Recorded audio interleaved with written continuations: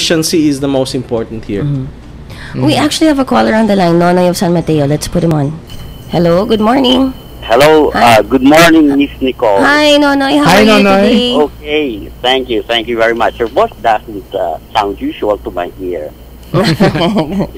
Okay, anyway, I've got two questions. One is, why do some bazaars or some malls, they constantly changing the position of the racks where they put on their goods? What's the secret behind this?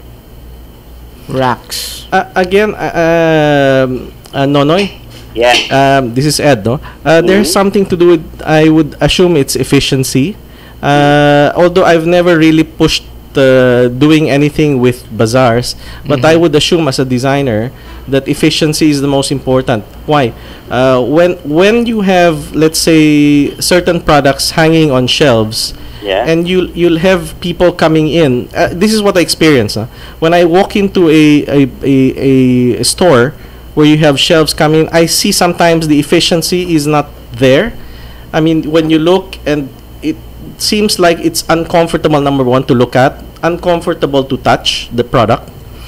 So you turn off customers right away. Sometimes when I go to a store, before I enter, I look inside, it doesn't feel pleasant. So I don't even bother to go in.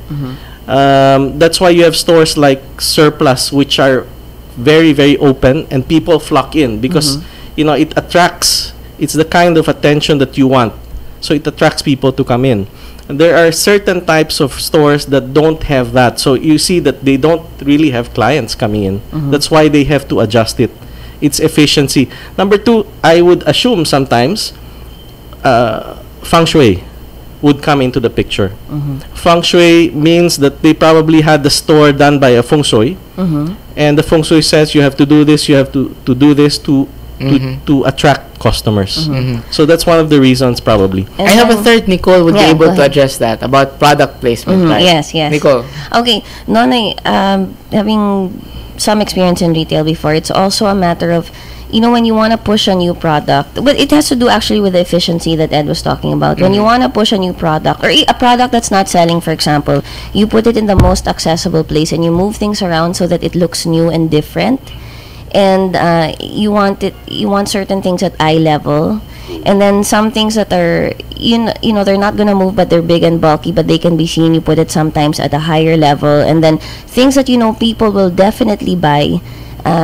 Sometimes you'll put them, they have to bend for it, but they're gonna buy it anyway. Yes, but you don't want to they have to bend and reach down into a shelf for it. But you don't want to put things that you really want to sell, or a product. Hey, it's moving slow. What's wrong?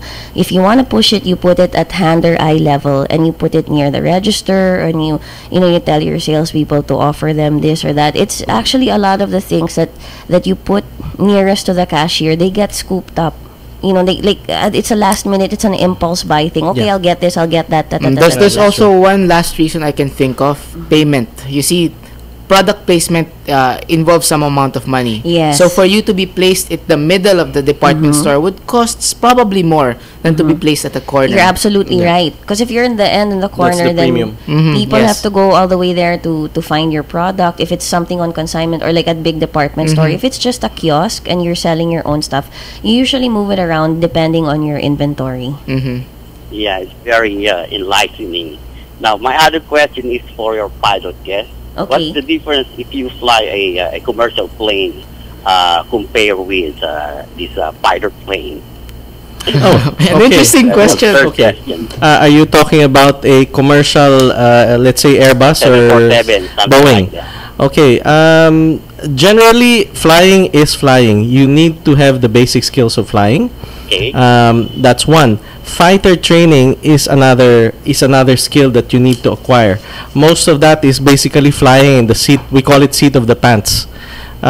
You need to have a bit more guts to fly a fighter plane, because you'll have to do aerobatics. Okay. And aerobatics is a requirement for a fighter pilot. Most commercial pilots do not require an aerobatic training, but lately the international community for aviation is now requiring pilots to have aerobatic training. The reason for that is when they get into unusual, we call them unusual attitudes, meaning that you don't even know that you're upside down in the middle of the clouds.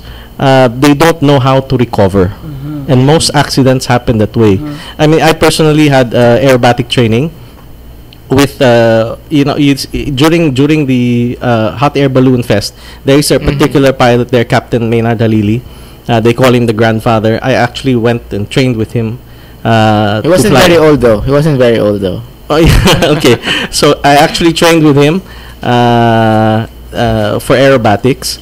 But at the end of the day, it's that's the basic difference. Aerobatic and commercial training, commercial pilots, everything is automated. In Airbus, especially in Airbus aircraft, everything that you have there, all the systems, you have your autopilots, your hydraulics, everything is automated. So basically just monitoring the computer. Okay, that's very interesting. Thank you very much. You're welcome. Thank you, Nonoy. Okay. Thank you, Nonoy. Thank you for calling, Nonoy. Go Now, ahead. Ed has something to Yeah. plug. I Yes, understand please. that Ed is a member of this, aside from being a commercial pilot, he's a member of this car club.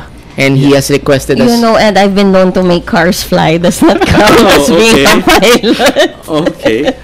Okay. I think and one or two times we've been known to do that as well. Yes. So, I'd like to invite everyone. I am a member of the BMW Car Club of the Philippines, and we are proudly presenting the 9th edition of Beamer Fest, the ultimate BMW experience, a thrilling and exciting all BMW automobile show and special eyeball that will be held this coming May 5th, 2012, at the Bonifacio High Street Activity Center in Bonifacio Global City, Taguig, from 1 p.m. onwards. 1 p.m. onwards. Yeah.